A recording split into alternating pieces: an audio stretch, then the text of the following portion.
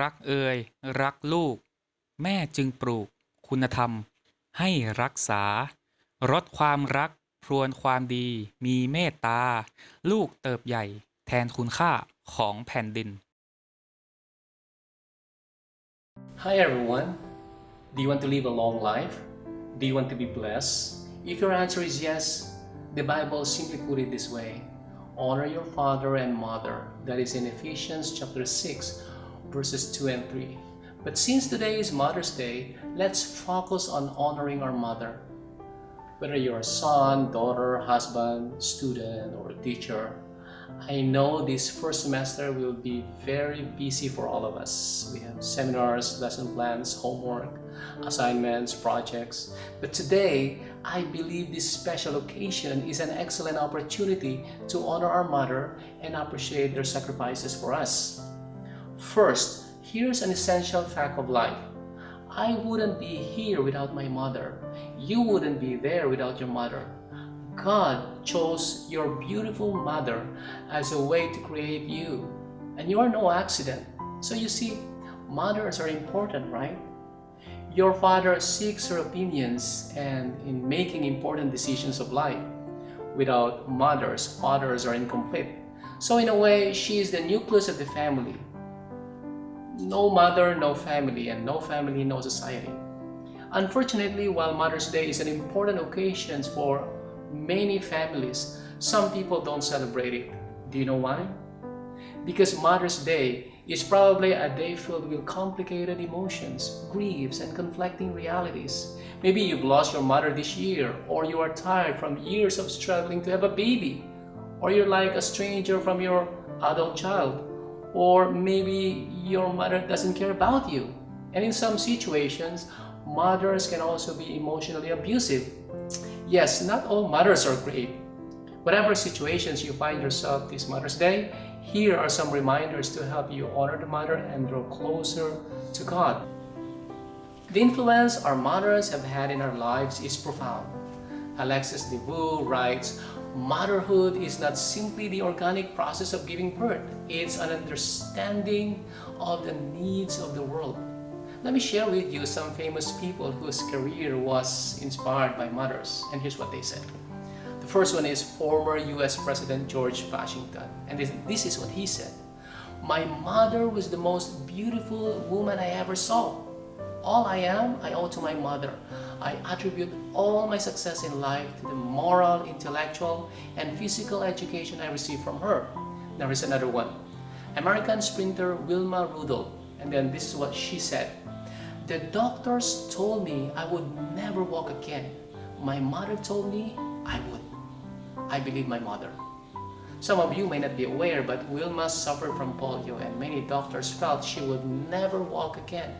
Yet she had regained her ability to walk and took up athletics, and that is because the encouragement coming from her mother. We have here also Thomas Edison, and he was saying, my mother was the making of me. She was so true, so sure of me, and I felt I had something to live for, someone I must not disappoint. And then we have also Abraham Lincoln, and then this is what he said. All that I am or ever hope to be, I owe to my angel mother. The last one is Benjamin Carson, a famous neurosurgeon.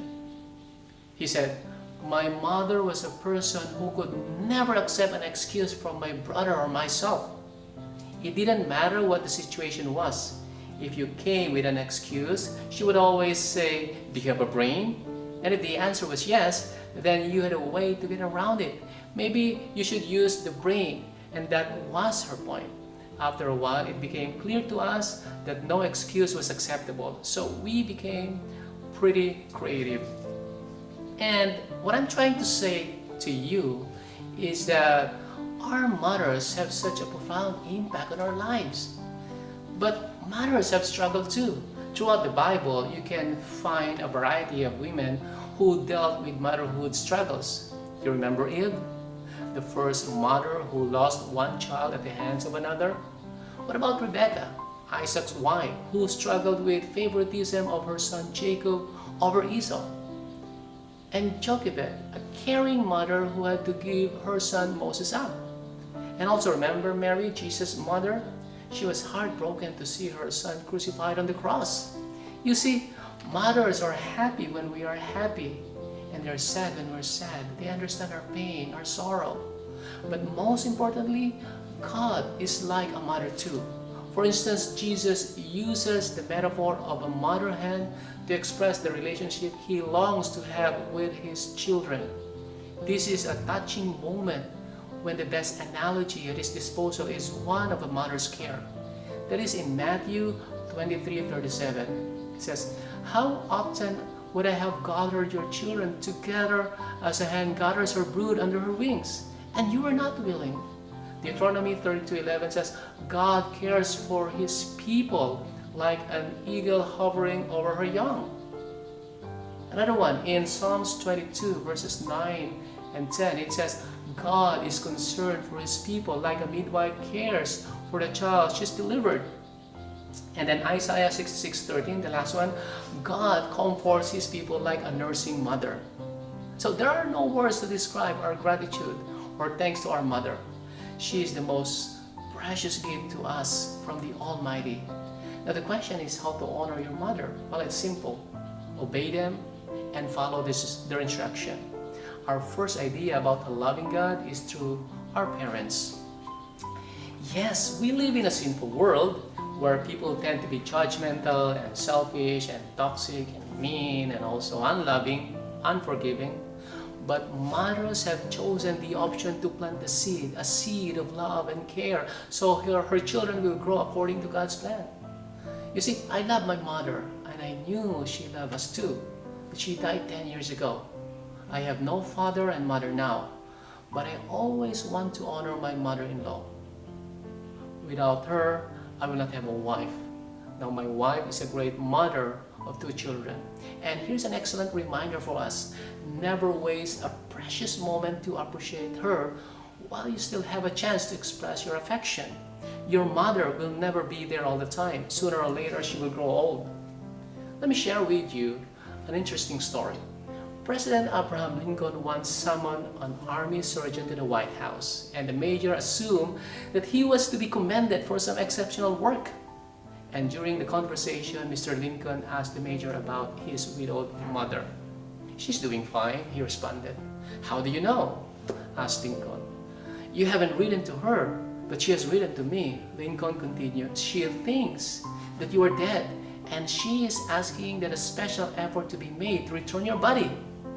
Then President Lincoln placed a pen in the young doctor's hand and ordered him to write a letter letting his mother know that he was alive and well.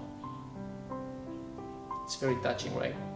Proverbs 23 verse 22 says, "Listen to your father who gave your life, and do not despise your mother when she is old." You may be excelling in your work and has the talent in giving a presentation, or you may be good in meeting deadlines and projects. You may have a lot of achievements and accomplishments in life, but never forget your mother. I know she's not perfect, but let your mother knows you appreciate her. Happy Mother's Day.